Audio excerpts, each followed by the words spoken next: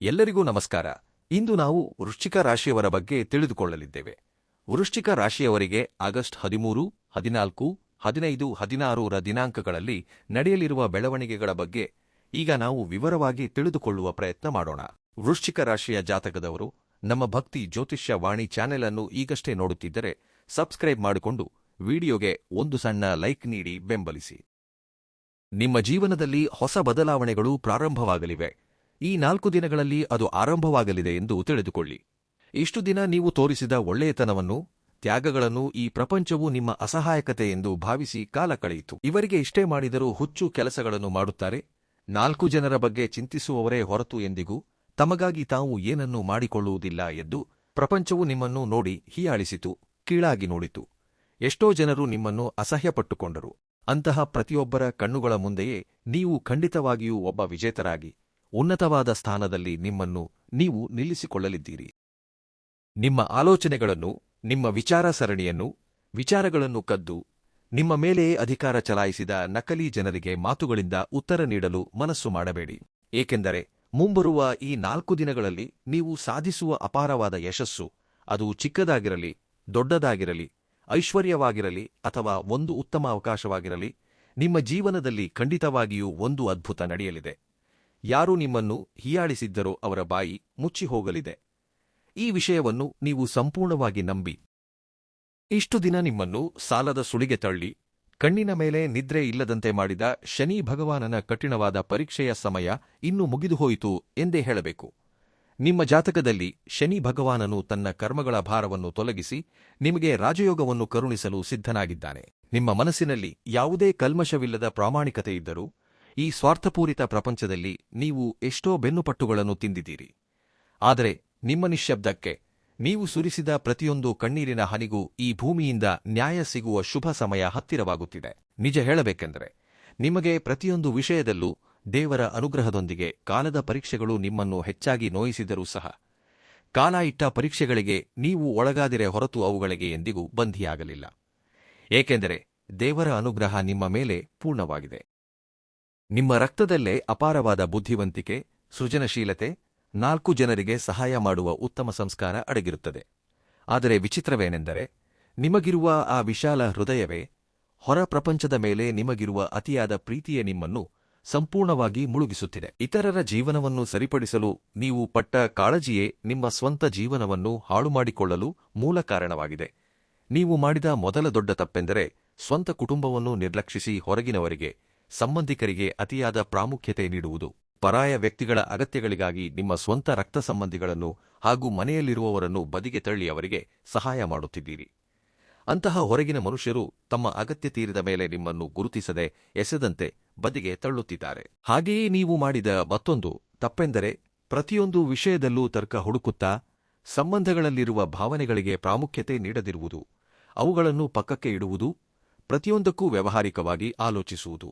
ಸ್ವಂತ ಮನೆಯಲ್ಲಿರುವ ಜನರಿಗೆ ದೂರವಾಗಿ ನೀವು ಒಂಟಿಯಾಗಲು ಇದು ಕೂಡ ಒಂದು ಕಾರಣ. ಇನ್ನು ನೀವು ಮಾಡುತ್ತಿರುವ ಅತಿದೊಡ್ಡ ತಪ್ಪೆಂದರೆ ನಿಮ್ಮಲ್ಲಿರುವ ಅದ್ಭುತವಾದ ವ್ಯಾಪಾರದ ವಿಚಾರಗಳನ್ನು, ಯೋಜನೆಗಳನ್ನು ಇತರರಿಗೆ ಮುಂಚಿತವಾಗಿಯೇ ತಿಳಿಸುವುದು. ನಿಮ್ಮ ಆಲೋಚನೆಗಳನ್ನು ಉಚಿತವಾಗಿ 10 ಜನರಿಗೆ ಪ್ರಸಾದದಂತೆ ಹಂಚುವುದು. ಹಾಗಿದ್ದ ಮೇಲೆ ಆ ವಿಚಾರಗಳನ್ನು ಯಾರಾದರೂ ನಕಲು ಮಾಡದೇ ಇರುತ್ತಾರೆಯೇ ಹೇಳಿ? ನಕಲು ಮಾಡಿ ನಿಮಗಿಂತ ಮುಂಚಿತವಾಗಿ ಅವರೇ ಲಾಭ ಮಾಡಿಕೊಳ್ಳುತ್ತಿದ್ದಾರೆ. ನೀವು ಮಾತ್ರ ಖಾಲಿ ಕೈಯಲ್ಲಿ ಉಳಿದು ನಿಮ್ಮ ಬುದ್ಧಿವಂತಿಕೆಗೆ ತಕ್ಕ ಫಲಿತಾಂಶ ಸಿಗದೆ ತೀವ್ರ ನಿರಾಶೆಯಲ್ಲಿ ಮುಳುಗುತ್ತಿದ್ದೀರಿ. ನೀವು ಮಾಡುತ್ತಿರುವ ಮತ್ತೊಂದು ದೊಡ್ಡ ತಪ್ಪೆಂದರೆ ನನಗೆ ಎಲ್ಲವೂ ಗೊತ್ತು, ನಾನು ಏನು ಮಾಡಿದರೂ ಸರಿಯೇ ಎಂಬ ಆಂತರಿಕ ಹಠ. ಅಂದರೆ ಯಾರಾದರೂ ನಿಮಗೆ ಒಳ್ಳೆಯ ಸಲಹೆ ನೀಡಿದರೂ, ನಿಮ್ಮ ಒಳಿತಿಗಾಗಿ ಇದು ತಪ್ಪು, ಅದನ್ನು ಮಾಡಬೇಡ ಎಂದು ಎಚ್ಚರಿಸಿದರೂ ನಿಮಗದು ಇಷ್ಟವಾಗುತ್ತಿಲ್ಲ. ನಿಮಗಿರುವ ಅತಿಯಾದ ಆತ್ಮವಿಶ್ವಾಸದಿಂದ ಇತರರು ನೀಡಿದ ಸಲಹೆಗಳನ್ನು, ವಿಷಯಗಳನ್ನು ಪಕ್ಕಕ್ಕಿಟ್ಟು ಸ್ವಂತ ನಿರ್ಧಾರಗಳಿಂದ ಪೆಟ್ಟು ತಿಂದ ದಿನಗಳು ಬಹಳಷ್ಟಿವೆ. ಮೇಲಕ್ಕೆ ಬಹಳ ಧೈರ್ಯವಾಗಿ, ಗಂಭೀರವಾಗಿ ಕಾಣಿಸುತ್ತೀರಿ. ಆದರೆ ಒಳಗೆ ನಿಮ್ಮ ನೋವನ್ನು ಅರ್ಥಮಾಡಿಕೊಳ್ಳುವವರು ಯಾರೂ ಇಲ್ಲವಲ್ಲ ಎಂದು ಕೊರಗುತ್ತಿರುತ್ತೀರಿ. ಇನ್ನು ಅರ್ಧರಾತ್ರಿಯಲ್ಲಿ ನಿದ್ರೆ ಬಾರದೆ ನಿಮ್ಮ ಮೆದುಳಿನಲ್ಲಿ ನಾನಾ ರೀತಿಯ ಆಲೋಚನೆಗಳು ಸುಳಿಯುತ್ತಿರುತ್ತವೆ. ನಿದ್ರಾಹೀನತೆಯಿಂದ ನರಳುತ್ತಿರುವ ಕ್ಷಣಗಳೂ ಇವೆ. ನಿಮ್ಮ ಈ ಒಂಟಿತನವನ್ನು, ನಿಮ್ಮ ತಾಳ್ಮೆಯನ್ನು ಆಸರೆಯಾಗಿರಿಸಿಕೊಂಡು ಈ ಪ್ರಪಂಚವು ನಿಮ್ಮನ್ನು ಮತ್ತಷ್ಟು ಹತೋಟಿಯಲ್ಲಿಡಲು ನೋಡುತ್ತಿದೆ. ಒಮ್ಮೆ ಪ್ರಾಮಾಣಿಕವಾಗಿ ನಿಮ್ಮ ಎದೆಯ ಮೇಲೆ ಕೈಯಿಟ್ಟು ನಿಮ್ಮನ್ನು ನೀವೇ ಪ್ರಶ್ನಿಸಿಕೊಳ್ಳಿ. ನಿಮ್ಮನ್ನು ಇತರರು ಮೋಸಗೊಳಿಸಿದ್ದು ಕೇವಲ 20% ಮಾತ್ರ.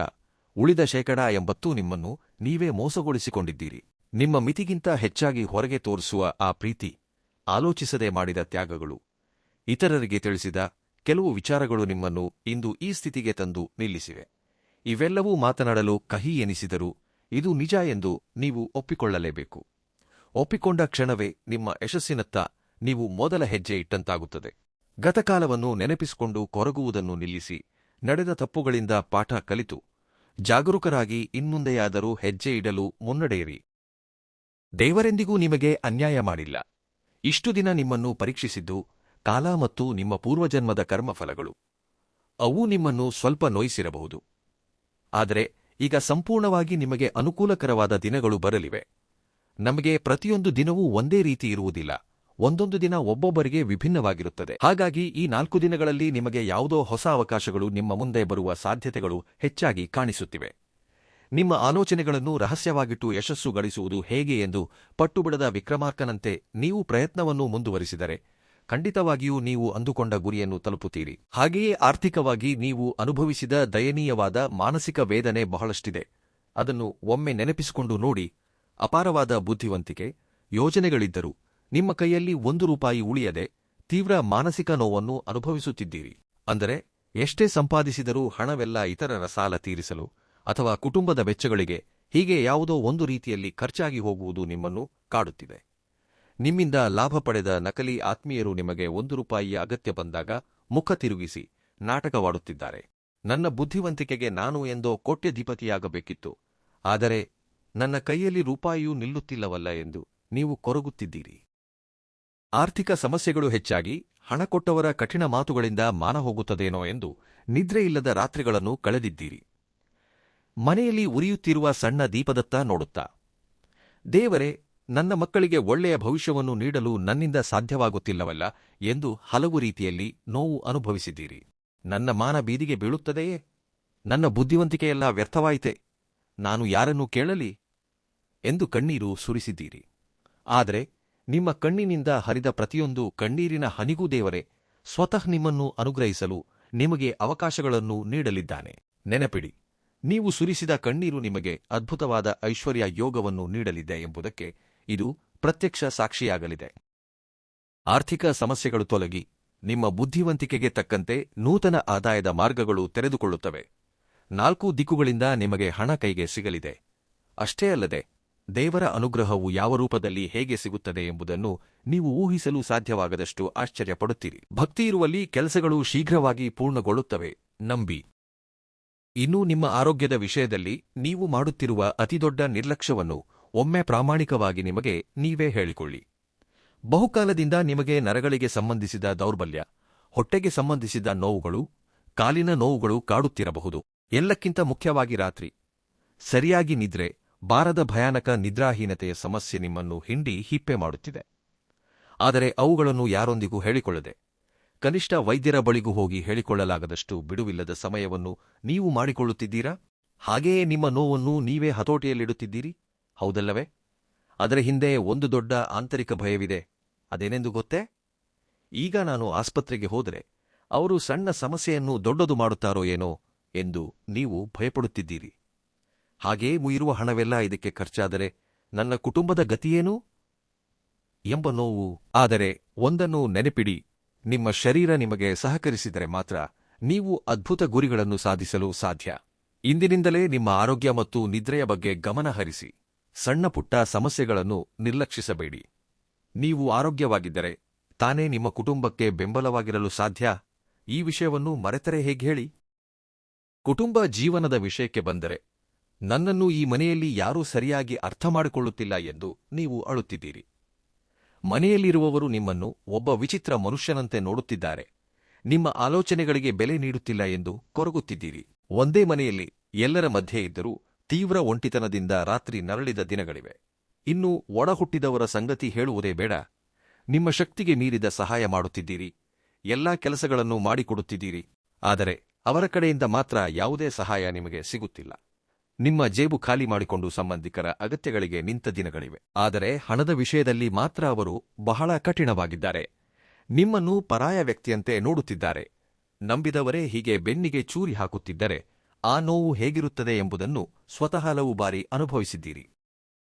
ಆದಾಗ್ಯೂ ನೀವು ಯಾರಿಗೂ ಕೆಡಕಾಗಲಿ ಎಂದು ಬಯಸುವುದಿಲ್ಲ. ನಿಮ್ಮ ಈ ನಿಸ್ವಾರ್ಥ ಗುಣವೇ ನಿಮ್ಮನ್ನು ಕಾಯುವ ರಕ್ಷಣಾ ಕವಚದಂತೆ ನಿಮ್ಮ ಸುತ್ತಲೂ ಸದಾ ಇರುತ್ತದೆ. ಈ ವಿಷಯವನ್ನು ಮರೆಯಬೇಡಿ. ಇಷ್ಟು ದಿನ ನೀವು ಸಹಿಸಿದ ಮಾನಸಿಕ ಗಾಯಗಳೆಲ್ಲವೂ ಸಂಪೂರ್ಣವಾಗಿ ಮಾಚಿ ಪವಿತ್ರವಾದ ಸಮಯ ಇಂದು ನಿಮಗೆ ಪ್ರಾರಂಭವಾಗಲಿದೆ. ಕುಟುಂಬದಲ್ಲಿ ನಿಮ್ಮ ಪ್ರಾಮುಖ್ಯತೆ ಏನೆಂಬುದು ಎಲ್ಲರಿಗೂ ತಿಳಿಯುವಂತೆ ದೇವರು ಪರಿಸ್ಥಿತಿಗಳನ್ನು ಸಂಪೂರ್ಣವಾಗಿ ಬದಲಾಯಿಸಲಿದ್ದಾನೆ. ಉದ್ಯೋಗದಲ್ಲಿರಲಿ, ವ್ಯಾಪಾರದಲ್ಲಿರಲಿ, ನೀವು ಎದುರಿಸುತ್ತಿರುವ ಅನ್ಯಾಯಗಳು, ವಂಚನೆಗಳು ಸಾಮಾನ್ಯವಾದವುಗಳಲ್ಲ. ನಿಮ್ಮ ಯೋಜನೆಗಳನ್ನು ಕದಿಯುತ್ತಿದ್ದಾರೆ. ವ್ಯಾಪಾರದಲ್ಲಿ ನಿಮಗೆ ಮೋಸ ಮಾಡಿದ್ದಾರೆ. ಕೆಲಸ ಮಾಡುವ ಸ್ಥಳದಲ್ಲಿ ಸರಿಯಾದ ಗೌರವವಿಲ್ಲ. ಆ ಕೆಲಸ ನಿಮಗೆ ಇಷ್ಟವಿಲ್ಲದಿದ್ದರೂ ಅನಿವಾರ್ಯವಾಗಿ ಮಾಡುತ್ತಿದ್ದೀರಿ. ಅಷ್ಟಕ್ಕೂ ನಾನು ಮಾಡಬೇಕೆಂದಿರುವ ಕೆಲಸ ಇದಲ್ಲ ಎಂದು ಎಷ್ಟೋ ಬಾರಿ ಅಂದುಕೊಂಡಿದ್ದೀರಿ. ಆದರೆ ಕರ್ಮಫಲದಿಂದಾಗಿ ನಿಮಗೆ ಇಷ್ಟವಿಲ್ಲದ ಕೆಲಸವನ್ನು ಮಾಡುತ್ತಾ ಆರ್ಥಿಕವಾಗಿ ಬೆಳೆಯಲು ಸಾಧ್ಯವಾಗುತ್ತಿಲ್ಲ. ಆದರೆ ನಿಮ್ಮ ಜಾತಕದಲ್ಲಿ ಶನಿ ಭಗವಾನನ ದಿವ್ಯಸ್ಥಾನ ಪಲ್ಲೆಟವು ನಿಮ್ಮ ಪೂರ್ವಜನ್ಮಗಳ ಕರ್ಮದ ಭಾರವನ್ನು ಸಂಪೂರ್ಣವಾಗಿ ಕರಗುವಂತೆ ಮಾಡಿದೆ. ಇನ್ನು ನಿಮ್ಮ ಶತ್ರುಗಳೊಂದಿಗೆ ನೀವು ಹೋರಾಡುವ ಅಗತ್ಯವಿಲ್ಲ. ಸಾಕ್ಷಾತ್ ಶನಿ ಭಗವಾನನೇ ನಿಮ್ಮ ಪರವಾಗಿ ಅವರಿಗೆ ಶಿಕ್ಷೆ ವಿಧಿಸಲಿದ್ದಾನೆ. ನಿಮ್ಮನ್ನು ನಾಶಮಾಡಲು ಯತ್ನಿಸಿದ ಶತ್ರುಗಳ ತಂತ್ರಗಳು ತಿರುಗಿ ಅವರಿಗೆ ಎದುರಾಗಲಿವೆ. ಅವರು ಹೆಣೆದ ಬಲೆಯಲ್ಲಿ ಅವರೇ ಸಿಲುಕಿ ಸಮಾಜದಲ್ಲಿ ತಮ್ಮ ಗೌರವವನ್ನು ಕಳೆದುಕೊಳ್ಳುವ ಸ್ಥಿತಿ ಬರಲಿದೆ. ನಿಮ್ಮ ಅದೃಷ್ಟ ಬದಲಾಗಿ ಐಶ್ವರ್ಯ ಯೋಗಕ್ಕೆ ಕಾಲಿಡಲಿದ್ದೀರಿ ಎಂದು ಹೇಳಲು ಪ್ರಕೃತಿಯೂ ಸಹ ನಿಮಗೆ ಕೆಲವು ಸೂಚನೆಗಳನ್ನು ನೀಡುತ್ತದೆ. ಇವುಗಳನ್ನು ಜಾಗರೂಕರಾಗಿ ಗಮನಿಸಿ. ಅಂದರೆ ಇದುವರೆಗೆ ನೀವು ಹೆಚ್ಚಾಗಿ ಮಾತನಾಡಿ ಎಲ್ಲರ ಮುಂದೆ ನಗೆಪಾಟಲಾಗಿದ್ದೀರಿ. ಆದರೆ ಮುಂಬರುವ ಈ 4 ದಿನಗಳಲ್ಲಿ ನಿಮ್ಮಲ್ಲಿ ಒಂದು ತಿಳಿಯದ ಪ್ರಶಾಂತತೆ ಆವರಿಸುತ್ತದೆ. ಹೆಚ್ಚು ಮಾತನಾಡುವುದಿಲ್ಲ, ಅಂದರೆ ಮಾತನಾಡಬೇಕೆಂದೇ ನಿಮಗೆ ಎನಿಸುವುದಿಲ್ಲ. ಹಾಗೆಯೇ ಯಾರಾದರೂ ನಿಮ್ಮನ್ನು ಪ್ರಚೋದಿಸಿದರು, ಈ ಕೀಳು ಜನರೊಂದಿಗೆ ನನಗೇಕೆ ಎಂದು ನಿಮ್ಮ ಕೆಲಸವನ್ನು ನೀವು ಮಾಡಿಕೊಂಡು ಹೋಗುತ್ತೀರಿ. ನಿಮ್ಮ ಕೆಲಸದಲ್ಲೂ ಎಂದೂ ಇಲ್ಲದಂತಹ ಕೆಲವು ಅದ್ಭುತಗಳು ನಡೆಯುತ್ತವೆ. ಅದನ್ನು ನೋಡಿ ನಿಮ್ಮ ಮಾಲೀಕರು ಹಾಗೂ ಮೇಲಾಧಿಕಾರಿಗಳು ನಿಮಗೆ ಸಂಬಳ ಹೆಚ್ಚಿಸುವ ಸೂಚನೆಗಳು ಕಾಣಿಸುತ್ತಿವೆ, ಅಥವಾ ನಿಮಗೆ ಬಡ್ತಿ ಸಿಗುವ ದಿನಗಳು ಹತ್ತಿರದಲ್ಲಿ ಕಾಣಿಸಲಿವೆ. ಇನ್ನು ನಿಮ್ಮ ಶತ್ರುಗಳೆಲ್ಲರೂ ಇದನ್ನು ನೋಡಿ ಕೊರಗುತ್ತಾರೆ. ಆದರೆ ನಿಮ್ಮನ್ನು ಆ ಕೆಲಸದಿಂದ ಹೊರಗೆ ಕಳುಹಿಸಲು ತಮಗೆ ತಿಳಿದಿರುವ ಕೆಲವು ವ್ಯಕ್ತಿಗಳನ್ನು ಸಂಪರ್ಕಿಸಿ ನಿಮಗೆ ಬಂದ ಆ ಉನ್ನತಿಯನ್ನು ನೋಡಿ ಸಹಿಸದೆ ವಿವಿಧ ಪ್ರಯತ್ನಗಳನ್ನು ಮಾಡಬಹುದು. ಆದರೆ ಅವರ ಕರ್ಮ ಅವರಿಗೆ ತಿರುಗಿ ಬರಲಿದೆ. ನೀವೇನೂ ಚಿಂತಿಸಬೇಕಾಗಿಲ್ಲ. ಇನ್ನು ಮತ್ತೊಂದು ಪ್ರಮುಖವಾದ ವಿಷಯವೆಂದರೆ, ಅತ್ಯಂತ ಎಚ್ಚರಿಕೆಯಿಂದ ಇರಬೇಕಾದ ವಿಷಯವೇನೆಂದರೆ, ನಿಮ್ಮ ಗತಕಾಲದಿಂದ ಹೊರಟು ಹೋದ ಹಳೆಯ ವ್ಯಕ್ತಿಗಳು, ಬೇರ್ಪಟ್ಟ ಸಂಬಂಧಿಕರು, ಹಳೆಯ ಸ್ನೇಹಿತರು, ಹಳೆಯ ಬಂಧಗಳು ಮತ್ತೆ ನಿಮ್ಮ ಮುಂದೆ ಬರಬಹುದು. ಮುಖ್ಯವಾಗಿ SRP ಎಂಬ ಅಕ್ಷರಗಳಿಂದ ಹೆಸರು ಪ್ರಾರಂಭವಾಗುವ ಹಳೆಯ ಮನುಷ್ಯರ ವಿಷಯದಲ್ಲಿ ತೀವ್ರ ಜಾಗರೂಕತೆ ವಹಿಸಿ. ಈ ಅಕ್ಷರದ ಮನುಷ್ಯರು ದಿಢೀರನೆ ನಿಮಗೆ ಕರೆ ಮಾಡುವುದು, ನಿಮ್ಮ ಮುಂದೆ ಬರುವುದು, ನಿಮ್ಮಲ್ಲಿ ಹಣ ಕೇಳುವುದು ಅಥವಾ ಯಾವುದಾದರೂ ಹೂಡಿಕೆ ಮಾಡುತ್ತಿದ್ದೇವೆ, ಪಾಲುದಾರರಾಗಿರೋಣ ಎಂದು ಮಾತನಾಡುವುದು, ಇಂತಹ ವಿಷಯಗಳನ್ನು ನಿಮ್ಮೊಂದಿಗೆ ಪ್ರೀತಿಯಿಂದ ಮಾತನಾಡಬಹುದು. ನಿಮ್ಮ ತಲೆಯಲ್ಲಿ ಇಲ್ಲಸಲ್ಲದ ಹೊಸ ಆಲೋಚನೆಗಳನ್ನು ತುಂಬಬಹುದು. ಆದರೆ ನೀವು ಮಾತ್ರ ಅವರಿಂದ ಆದಷ್ಟು ದೂರವಿರುವುದು ಒಳ್ಳೆಯದು. ನೀವು ಎಲ್ಲಿದ್ದೀರಿ ಎಂಬುದನ್ನು ಅವರಿಗೆ ಹೇಳಬೇಡಿ. ಅವರ ಸಿಹಿ ಮಾತುಗಳಿಗೆ ಮರುಳಾಗಿ ನಿಮ್ಮ ಆಲೋಚನಾ ವಿಧಾನವನ್ನು, ಆರ್ಥಿಕ ಯೋಜನೆಗಳನ್ನು ಅವರಿಗೆ ಮುಂಚಿತವಾಗಿ ತಿಳಿಸಬೇಡಿ. ನಿಮ್ಮ ಹಳೆಯ ಹೂಡಿಕೆಗಳು ಅಥವಾ ನಿಂತುಹೋದ ಹಣ ದಿಢೀರನೆ ನಿಮಗೆ ಧನಲಾಭವನ್ನು ತಂದುಕೊಡುತ್ತದೆ. ಅಂದರೆ ಎಲ್ಲಿಂದ ಹಣ ಬರುವುದಿಲ್ಲ ಅಂದುಕೊಂಡಿದ್ದೀರೋ ಅಲ್ಲಿಂದಲೇ ನಿಮಗೆ ಹಣ ಬರಲು ಪ್ರಾರಂಭವಾಗುತ್ತದೆ. ಇನ್ನು ನಿಮ್ಮ ವಂಶದಲ್ಲಿ ನಿಮಗೆ ತಿಳಿಯದ ಆಸ್ತಿಗಳೇನಾದರೂ ಇದ್ದರೆ ಅವು ನಿಮ್ಮ ಕೈಸೇರುವ ಅವಕಾಶಗಳಿವೆ. ಹಾಗೆಯೇ ನಿಮಗೆ ಕನಸಿನಲ್ಲಿ ಪರಮೇಶ್ವರ ಅಥವಾ ದುರ್ಗಾದೇವಿ ಅಥವಾ ಎಳ್ಳೆಣ್ಣೆಯ ದೀಪಗಳು ಕಾಣಿಸುತ್ತಿರಬಹುದು. ನಾನು ಸಾಧಿಸಬಲ್ಲೆ, ನನ್ನೊಂದಿಗೆ ದೇವರಿದ್ದಾನೆ ಎಂಬ ಆತ್ಮವಿಶ್ವಾಸ ನಿಮ್ಮಲ್ಲಿ ತುಂಬಿರಲಿದೆ. ಅನಗತ್ಯ ವಿಷಯಗಳಿಂದ ದೂರವಿರಿ. ಮೊಬೈಲ್ ಫೋನ್ನಲ್ಲಿ ಸಮಯ ಕಳೆಯುವುದು, ಸಾಮಾಜಿಕ ಜಾಲತಾಣಗಳಲ್ಲಿ ಸಮಯ ಹಾಳು ಮಾಡುವುದು, ಅನಗತ್ಯ ಚರ್ಚೆಗಳಿಂದ ಸಮಯ ವ್ಯರ್ಥ ಮಾಡುವುದನ್ನು ಮಾಡಬೇಡಿ. ಬರಲಿರುವ ಈ 4 ದಿನಗಳು ನಿಮ್ಮ ಜೀವನದಲ್ಲಿ ಅತ್ಯಂತ ಕೀಲಿ ಕೈಯಂತಹ ದಿನಗಳಾಗಲಿವೆ. ಮೊದಲ 2 ದಿನಗಳಲ್ಲಿ ನಿಮ್ಮ ಮನಸ್ಸಿನಲ್ಲಿದ್ದ ಗೊಂದಲಗಳು ತೊಲಗಿ ನಿಮ್ಮ ಜೀವನದ ಬಗ್ಗೆ ಸ್ಪಷ್ಟತೆ ಸಿಗುತ್ತದೆ. ನಂತರದ 2 ದಿನಗಳಲ್ಲಿ ಆರ್ಥಿಕವಾಗಿ ನಿಂತುಹೋದ ಕೆಲಸಗಳಲ್ಲಿ ಸ್ಪಷ್ಟವಾದ ಸುಳಿವು ಸಿಗುತ್ತದೆ. ಧನ ಲಾಭ ಕಾಣಿಸುತ್ತದೆ. 4ನೇ ದಿನದಂದಂತೂ ನಿಮ್ಮ ಭವಿಷ್ಯವನ್ನು ಸಂಪೂರ್ಣವಾಗಿ ತಿರುಗಿಸುವ ದೊಡ್ಡ ಆಶಾಕಿರಣ ಅಥವಾ ಶುಭವಾರ್ತೆ ನಿಮಗೆ ಸಿಗಲಿದೆ. ಇನ್ನು ರಾತ್ರಿ ವೇಳೆ ನಿಮ್ಮನ್ನು ಕಾಡುವ ವಿಪರೀತ ಆಲೋಚನೆಗಳು ಹಾಗೂ ನಿದ್ರಾಹೀನತೆಯಿಂದ ಹೊರಬರಲು ನಿಮಗೆ ಒಂದು ಅದ್ಭುತ ಪರಿಹಾರ ಸಿಗಲಿದೆ. ರಾತ್ರಿ ಮಲಗುವಾಗ ನನ್ನ ಬದುಕು ಏನು, ನನ್ನ ಭವಿಷ್ಯವೇನು, ಹೀಗಿದೆ, ನನ್ನ ಸಮಯವನ್ನು ನಾನೇಕೆ ವ್ಯರ್ಥ ಮಾಡುತ್ತಿದ್ದೇನೆ ಎಂದು ನೀವು ನೋವು ಅನುಭವಿಸುತ್ತಿದ್ದೀರಲ್ಲವೇ? ಅನಗತ್ಯ ಆಲೋಚನೆಗಳು ಕಾಡುತ್ತಿದ್ದರೆ ತಕ್ಷಣ ಎದ್ದು ಹೀಗೆ ಮಾಡಿ. ಒಂದು ಬಿಳಿ ಕಾಗದವನ್ನು ತೆಗೆದುಕೊಂಡು ಅದರ ಮೇಲೆ ನಿಮ್ಮನ್ನು ಅತ್ಯಂತ ಭಯಾನಕವಾಗಿ ಕಾಡುತ್ತಿರುವ 3 ಸಮಸ್ಯೆಗಳನ್ನು ಹಾಗೂ ನಿಮ್ಮಲ್ಲಿರುವ ಭಯಗಳನ್ನು ಸ್ಪಷ್ಟವಾಗಿ ಆ ಕಾಗದದ ಮೇಲೆ ಬರೆದಿಡಿ. ಆ ಕಾಗದವನ್ನು ನಿಮ್ಮ ಮನೆಯ ಪೂಜಾ ಕೋಣೆಯಲ್ಲಿ ಅಥವಾ ದೇವರ ಮುಂದೆ ಇಟ್ಟು ನಿಮ್ಮ ಇಷ್ಟದೇವತೆಯನ್ನು ನೆನೆದು, ಇವೆಲ್ಲವನ್ನೂ ನಿನಗೇ ಬಿಡುತ್ತಿದ್ದೇನೆ, ಇನ್ನು ನೀನು ಏನು ಮಾಡಿದರೂ ನಾನು ತಲೆಬಾಗುತ್ತೇನೆ ಎಂದು ಸಮಸ್ಯೆಗಳನ್ನು ಮೆದುಳಿನಿಂದ ಸಂಪೂರ್ಣವಾಗಿ ಹೊರಹಾಕಿ, ಅವುಗಳನ್ನು ಹೊರಲು ನನ್ನಿಂದ ಸಾಧ್ಯವಾಗುತ್ತಿಲ್ಲ, ಇದಕ್ಕೆ ಯಾವುದಾದರೂ ಒಂದು ಪರಿಹಾರವನ್ನು ಖಂಡಿತ ನೀಡುವ ಮೂಲಕ ನನಗೆ ಪ್ರಶಾಂತತೆಯನ್ನು ಕರುಣಿಸು ಎಂದು ಪ್ರಾರ್ಥಿಸಿ. ನಂತರ ಪ್ರಶಾಂತವಾಗಿ ನಿದ್ರಿಸಲು ಪ್ರಯತ್ನಿಸಿ. ಇದರಿಂದ ನಿಮ್ಮ ನರಗಳ ಹಾಗೂ ಶಾರೀರಿಕ ಆರೋಗ್ಯ ಸುಧಾರಿಸಿ ಹೊಸ ಆಲೋಚನಾ ಶಕ್ತಿ ಸಿಗುತ್ತದೆ. ಅತಿಯಾಗಿ ಆಲೋಚಿಸಿ ನಿಮ್ಮ ಶಾಂತಿಯನ್ನು ಹಾಳು ಮಾಡಿಕೊಳ್ಳುವುದರಿಂದ ಸಮಸ್ಯೆಗಳು ತೀರವು, ಕೇವಲ ಆರೋಗ್ಯ ಮಾತ್ರ ಹಾಳಾಗುತ್ತದೆ. ನಿಮ್ಮ ಸಮಸ್ಯೆಗಳನ್ನು ದೇವರ ಪಾದಗಳ ಬಳಿ ಇಟ್ಟು ನಿಮ್ಮ ಪ್ರಯತ್ನಗಳನ್ನು ಯೋಜನಾಬದ್ಧವಾಗಿ ಮುಂದುವರಿಸಿ. ಈ ಸಣ್ಣ ಪದ್ಧತಿಯಿಂದ ನಿಮ್ಮ ಸಮಸ್ಯೆಗಳೆಲ್ಲವೂ ತೊಲಗಿ ನೀವು ಉತ್ಸಾಹದಿಂದ ಕೆಲಸ ಮಾಡುತ್ತೀರಿ. ನೋಡಿ, ಪ್ರತಿಯೊಂದನ್ನೂ ಸಕಾರಾತ್ಮಕವಾಗಿ ಆಲೋಚಿಸಬೇಕು, ಸಕಾರಾತ್ಮಕವಾಗಿ ನಿರ್ಧಾರಗಳನ್ನು ತೆಗೆದುಕೊಳ್ಳಬೇಕು. ಸಕಾರಾತ್ಮಕವಾಗಿಯೇ ಒಳ್ಳೆಯದು ನಡೆಯುತ್ತದೆ ಎಂಬ ಆಲೋಚನೆಯಲ್ಲಿದ್ದರೆ ಎಲ್ಲವೂ ಒಳ್ಳೆಯದೇ ಆಗುತ್ತದೆ. ಆಗ ಪ್ರಕೃತಿಯು, ದೇವರು ಸಹಕರಿಸಲು ಸಿದ್ಧವಾಗುತ್ತಾರೆ. ನಕಾರಾತ್ಮಕ ಆಲೋಚನೆಗಳ ಮಧ್ಯೆ ನಾವು ಬದುಕಿದರೆ ಆ ಆಲೋಚನೆಗಳಿಂದ ನಾವೇ ನಮ್ಮ ಆರೋಗ್ಯವನ್ನು, ನಮ್ಮ ಆಲೋಚನಾ ಶಕ್ತಿಯನ್ನು ಕೈಯಾರೆ ಹಾಳು ಮಾಡಿಕೊಂಡಂತಾಗುತ್ತದೆ. ಇನ್ನು ಈ 4 ದಿನಗಳು ಯಶಸ್ಸನ್ನು ಹಾಗೂ ಸಂತೋಷವನ್ನು ನೀವು ಪಡೆಯಲಿದ್ದೀರಿ. ನಿಮ್ಮಲ್ಲಿರುವ ಅದ್ಭುತ ಯೋಜನೆಗಳು ಹೊಸ ಕಾರ್ಯಗಳಾಗಿ ಬದಲಾಗಲಿವೆ. ಹಳೆಯ ನಷ್ಟಗಳಿಂದ ಚೇತರಿಸಿಕೊಂಡು ಹೊಸದಾಗಿ ವ್ಯಾಪಾರವನ್ನು ವೇಗವಾಗಿ ವಿಸ್ತರಿಸುತ್ತೀರಿ. ನಿಮ್ಮನ್ನು ಕೆಳಗೆ ತಳ್ಳಲು ನೋಡಿದವರೇ ನಿಮ್ಮ ತಂತ್ರಗಳಿಗೆ ಹೆದರುವ ಪರಿಸ್ಥಿತಿ ಬರಲಿದೆ. ಆದರೆ ಯಾರನ್ನೂ ಕುರುಡಾಗಿ ನಂಬಿ ಸಹಿ ಮಾಡಬೇಡಿ. ಉದ್ಯೋಗಿಗಳಿಗೆ ಈ ಸಮಯದಲ್ಲಿ ಕಚೇರಿಯ ವಾತಾವರಣದಲ್ಲಿ ಸಾನುಕೂಲ ಬದಲಾವಣೆಗಳು ಕಾಣಿಸುತ್ತವೆ. ಆಸ್ತಿ, ಜಮೀನು ಅಥವಾ ಕೋರ್ಟ್ ವ್ಯವಹಾರಗಳಲ್ಲಿ ನರಳುತ್ತಿದ್ದ ವಿಷಯಗಳಲ್ಲಿ ನಿಮಗೆ ಅನುಕೂಲಕರ ಮಾಹಿತಿ ಸಿಗಲಿದೆ. ಅಷ್ಟೇ ಅಲ್ಲದೆ ಬಹುಕಾಲದಿಂದ ನಿಂತುಹೋಗಿದ್ದ ಜಾಗದ ವಿವಾದಗಳು, ಆಸ್ತಿ ಹಂಚಿಕೆಯ ವಿಷಯಗಳಲ್ಲಿ ಶುಭವಾರ್ತೆ ಕೇಳಿಬರಲಿದೆ. ಕೋರ್ಟ್ ಕೇಸ್ನಲ್ಲಿರುವವರಿಗೆ ನಿರೀಕ್ಷಿಸದ ರೀತಿಯಲ್ಲಿ ಕಾನೂನುಬದ್ಧ ಪರಿಹಾರ ಹಾಗೂ ಯಶಸ್ಸು ಸಿಗುವ ಸೂಚನೆಗಳಿವೆ. ನಿಮ್ಮ ಹಕ್ಕುಗಳನ್ನು ಕಸಿದುಕೊಂಡ ಎದುರಾಳಿಗಳೇ ಸ್ವತಃ ರಾಜಿಗೆ ಬಂದು ನಿಮ್ಮೊಂದಿಗೆ ಮಾತನಾಡುವ ಪರಿಸ್ಥಿತಿ ಬರಬಹುದು. ಹಳೆಯ ಆಸ್ತಿಗಳನ್ನು ಮಾರಾಟ ಮಾಡುವುದು ಅಥವಾ ಖರೀದಿ ಮಾಡುವುದರ ಮೂಲಕ ಧನಪ್ರಾಪ್ತಿಯಾಗಿ ಸಾಲಗಳಿಂದ ಸ್ವಲ್ಪ ಸಮಾಧಾನ ಸಿಗುತ್ತದೆ. ಸ್ವಂತ ಮನೆಯ ಕನಸನ್ನು ನನಸು ಮಾಡಿಕೊಳ್ಳಲು ಇಷ್ಟು ದಿನ ಪಟ್ಟ ಕಷ್ಟಗಳು ಮುಗಿದು ಮನೆ ನಿರ್ಮಿಸುವ ಯೋಗ ಕಾಣಿಸುತ್ತಿದೆ. ಅಷ್ಟೇ ಅಲ್ಲದೆ ಆಸ್ತಿಗೆ ಸಂಬಂಧಿಸಿದ ದಾಖಲೆಗಳು ಹಾಗೂ ಸಹಿ ಮಾಡುವ ವಿಷಯದಲ್ಲಿ ಎಚ್ಚರಿಕೆಯಿಂದಿರಿ. ವಕೀಲರ ಸಲಹೆ ಪಡೆದು ಮುನ್ನಡೆದರೆ ಯಶಸ್ಸು ನಿಮ್ಮದಾಗುತ್ತದೆ. ಹಳೆಯ ಆಸ್ತಿಗಳಿಂದ ಬರಬೇಕಾದ ಬಾಕಿ ಹಣ ನಿಮ್ಮ ಕೈ ಸೇರಿ ಸಾಲಗಳನ್ನು ತೀರಿಸುವ ಅವಕಾಶವಿದೆ. ಹೊಸ ಪರಿಚಯಗಳಾಗಲಿವೆ. ಹೊಸ ವ್ಯಕ್ತಿಗಳ ಪರಿಚಯ ನಿಮ್ಮನ್ನು ಜೀವನದಲ್ಲಿ ಬಲವಾಗಿ ಮುನ್ನಡೆಸುತ್ತದೆ. ಈ ಆಸ್ತಿ ಯೋಗವು ನಿಮ್ಮ ಕುಟುಂಬದ ಭವಿಷ್ಯಕ್ಕೆ ಬಲವಾದ ಆರ್ಥಿಕ ಭದ್ರತೆಯನ್ನು ನೀಡುತ್ತದೆ. ನಿಮಗೆ ಆತ್ಮಗೌರವ, ಸಾಮಾಜಿಕ ಪ್ರತಿಷ್ಠೆ, ಗೌರವ ಮರ್ಯಾದೆಗಳೆಲ್ಲವೂ ವಿಪರೀತವಾಗಿ ಹೆಚ್ಚಾಗಲಿವೆ. ಇಷ್ಟು ದಿನ ನಿಮ್ಮನ್ನು ಕೀಳಾಗಿ ನೋಡಿದ 4 ಜನರ ಮುಂದೆ ನೀವು ಸಮ್ಮಾನದಿಂದ ನಿಲ್ಲುವಂತೆ ಕಾಲವೇ ನಿಮಗೆ ಅವಕಾಶ ನೀಡುತ್ತದೆ. ನಿಮ್ಮ ಮಾತಿನ ರೀತಿ ಸಂಪೂರ್ಣವಾಗಿ ಬದಲಾಗಲಿದೆ. ಹಿಂದೆ ನಿಮ್ಮನ್ನು ದೂರವಿಟ್ಟ ಸಂಬಂಧಿಕರು ನಿಮ್ಮ ಸಹಾಯಕ್ಕಾಗಿ ನಿಮ್ಮೊಂದಿಗೆ ಸಂಬಂಧ ಬೆಳೆಸಿಕೊಳ್ಳುತ್ತಾರೆ. ಆದರೆ ಅಹಂಕಾರ ತಲೆಗೆರಗೊಳ್ಳದೆ ವಿನಯದಿಂದ ನಡೆದುಕೊಳ್ಳಿ. ಇದರಿಂದ ನಿಮಗೆ ಸದಾ ಒಳಿತಾಗುತ್ತದೆ. ನಿಮ್ಮ ಗೌರವವು ಶಾಶ್ವತವಾಗಿರುತ್ತದೆ. 4 ಜನರಿಗೆ ಸಹಾಯ ಮಾಡುವ ಹಂತಕ್ಕೆ ದೇವರು ನಿಮ್ಮನ್ನು ಕರೆದೊಯ್ಯುತ್ತಾನೆ. ಅವಮಾನ ಎದುರಾದ ಸ್ಥಳದಲ್ಲೇ ಈಗ ನೀವು ಅತ್ಯದ್ಭುತವಾದ ಸನ್ಮಾನಗಳನ್ನು ಪಡೆಯುವ ದಿನಗಳು ಬರಲಿವೆ. ಹಾಗಾಗಿ ಬಹಳ ಸಂತೋಷವಾಗಿರಿ. ಕುಟುಂಬದೊಂದಿಗೂ ಸಮಯ ಕಳೆಯಿರಿ. ಧೈರ್ಯವಾಗಿ ನಿಮ್ಮ ಪ್ರಯಾಣವನ್ನು ಮುಂದುವರಿಸಿ. ಇನ್ನೂ ಹೇಳಬೇಕೆಂದರೆ, ಸ್ಪರ್ಧಾತ್ಮಕ ಪರೀಕ್ಷೆಗಳಿಗೆ ಸಿದ್ಧರಾಗುತ್ತಿರುವ ವಿದ್ಯಾರ್ಥಿಗಳಿಗೆ ಹೊಸ ಉದ್ಯೋಗಾವಕಾಶಗಳು ಬರಲಿವೆ. ಕೆಟ್ಟ ಸ್ನೇಹದತ್ತ ಹೋಗದಿರಿ, ಆಗ ನೀವು ಉತ್ತಮ ಹಂತದಲ್ಲಿರುತ್ತೀರಿ. ನಿಮ್ಮ ಶ್ರಮಕ್ಕೆ ತಕ್ಕಂತೆ ಪ್ರತಿಫಲವನ್ನು ದೇವರು ನೀಡುತ್ತಾನೆ. ನಿಮ್ಮನ್ನು ವಿಜೇತರನ್ನಾಗಿ ನಿಲ್ಲಿಸುತ್ತಾನೆ. ಕುಟುಂಬದಲ್ಲಿ ನೆಮ್ಮದಿ ಹಾಗೂ ಸುಖಶಾಂತಿ ಹೆಚ್ಚಾಗಿ ಕಾಣಿಸುತ್ತಿದೆ. ಆದ್ದರಿಂದ ಸಮಯವನ್ನು ಸಂಪೂರ್ಣವಾಗಿ ಸಂತೋಷದಿಂದ ಕುಟುಂಬ ವಾತಾವರಣಕ್ಕೆ ನೀಡಲು ಒಲವು ತೋರಿಸಿ. ಹೊರಗಿನವರ ಮೇಲಿರುವ ಗಮನವನ್ನು ಕಡಿಮೆ ಮಾಡಿ ಮನೆಯಲ್ಲಿರುವವರ ಭಾವನೆಗಳನ್ನು ಗೌರವಿಸುವುದನ್ನು ಕಲಿಯಿರಿ. ಜೀವನ ಸಂಗಾತಿಯೊಂದಿಗೆ ಪ್ರಶಾಂತವಾಗಿ ಸಮಯ ಕಳೆಯಿರಿ. ದಾಂಪತ್ಯದಲ್ಲಿದ್ದ ಅಪನಂಬಿಕೆಗಳು ತೊಲಗಿ ಮಧುರವಾದ ಆನಂದವನ್ನು ನೀಡುವ ದಿನಗಳು ಕಾಣಿಸುತ್ತಿವೆ.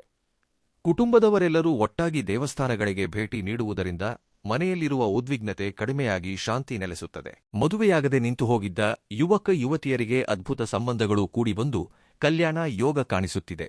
ಶುಭ ಕಾರ್ಯಗಳು ನಡೆಯಲಿವೆ. ಮನೆಯಲ್ಲಿ ಸಂತೋಷದ ವಾತಾವರಣ ನಿರ್ಮಾಣವಾಗಲಿದೆ.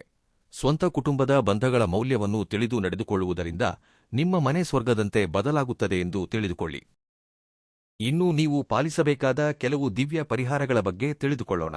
ನೀವು ಖಂಡಿತವಾಗಿಯೂ ಈ ನಿಯಮಗಳನ್ನು ಹಾಗೂ ನೀಡಿದ ಸಣ್ಣ ಪರಿಹಾರಗಳನ್ನು ಭಕ್ತಿಯಿಂದ ಪಾಲಿಸಿ. ಪ್ರತಿದಿನ ಬೆಳಿಗ್ಗೆ ಈ 4 ದಿನಗಳು ಸ್ನಾನ ಮುಗಿಸಿದ ನಂತರ 108 ಬಾರಿ ಶನಿ ಮಂತ್ರವನ್ನು ಜಪಿಸಿ. ಆಪತ್ತುಗಳಿಂದ ರಕ್ಷಣೆ ಪಡೆಯಲು ಹನುಮಾನ್ ಚಾಲೀಸಾ ಪಾರಾಯಣ ಮಾಡಿ. ಶನಿ ದೇವಸ್ಥಾನದಲ್ಲಿ ಎಳ್ಳೆಣ್ಣೆಯಿಂದ ದೀಪ ಹಚ್ಚಿ. ಕಪ್ಪು ಎಳ್ಳನ್ನು ಶಿವನಿಗೆ ಅರ್ಪಿಸುವುದರಿಂದ ಜಾತಕದಲ್ಲಿರುವ ಶನಿ ದೋಷಗಳು ಭಸ್ಮವಾಗಿ ಐಶ್ವರ್ಯ ಲಭಿಸಲು ನೆರವಾಗುತ್ತದೆ. ಅಷ್ಟೇ ಅಲ್ಲದೆ ಕಪ್ಪು ಬಣ್ಣದ ಪ್ರಾಣಿ ಪಕ್ಷಿಗಳಿಗೆ ಆಹಾರ ನೀಡಿ, ಬಡವರಿಗೆ ಅನ್ನದಾನ ಮಾಡಿ. ಹೆಸರುಬೇಳೆ ಹಾಗೂ ಹಸಿರು ಸೊಪ್ಪುಗಳನ್ನು ಯಾರಿಗಾದರೂ ದಾನವಾಗಿ ನೀಡಿ. ಗೋಮಾತೆಯ ಸೇವೆ ಮಾಡಿ. ತುಳಸಿ ಗಿಡದ ಮುಂದೆ ದೀಪ ಹಚ್ಚಿ. ಪ್ರತಿದಿನ ಸಾಯಂಕಾಲ ಮನೆಯಲ್ಲಿ ಸುಂದರಕಾಂಡ ಪಾರಾಯಣ ಮಾಡುವುದು ಅಥವಾ ಕೇಳುವುದರಿಂದ ಸಮಸ್ತ ದುಷ್ಟ ಶಕ್ತಿಗಳು ನಿವಾರಣೆಯಾಗುತ್ತವೆ. ಪವಿತ್ರ ಮನಸ್ಸಿನಿಂದ ದೇವರನ್ನು ಆರಾಧಿಸಿದರೆ ನಿಮ್ಮ ಸುತ್ತಲೂ ದಿವ್ಯ ರಕ್ಷಣಾ ಕವಚ ಉಂಟಾಗುತ್ತದೆ. ನಂಬಿಕೆಯಿಂದ ಹೆಜ್ಜೆ ಮುಂದಿಡಿ. ದೇವರು ನಿಮ್ಮನ್ನು ಹಾಗೂ ನಿಮ್ಮ ಕುಟುಂಬವನ್ನು ರಕ್ಷಿಸುತ್ತಾನೆ. ನಿಮಗೆ ಲಭಿಸಿದ ಸಂಪತ್ತಿನಲ್ಲಿ ಸ್ವಲ್ಪ ಭಾಗವನ್ನು ಹಸಿದವರಿಗೆ ನೀಡುವುದನ್ನು ನಿಮ್ಮ ಕರ್ತವ್ಯವಾಗಿಸಿಕೊಳ್ಳಿ. ನೀವು ಮಾಡುವ ದಾನಗುಣವು ನಿಮ್ಮ ಮಕ್ಕಳಿಗೆ ರಕ್ಷಣಾ ಕವಚವಾಗಿ ಅವರ ಏಳಿಗೆ ಹಾಗೂ ಸಂತೋಷಕ್ಕೆ ನೆರವಾಗುತ್ತದೆ.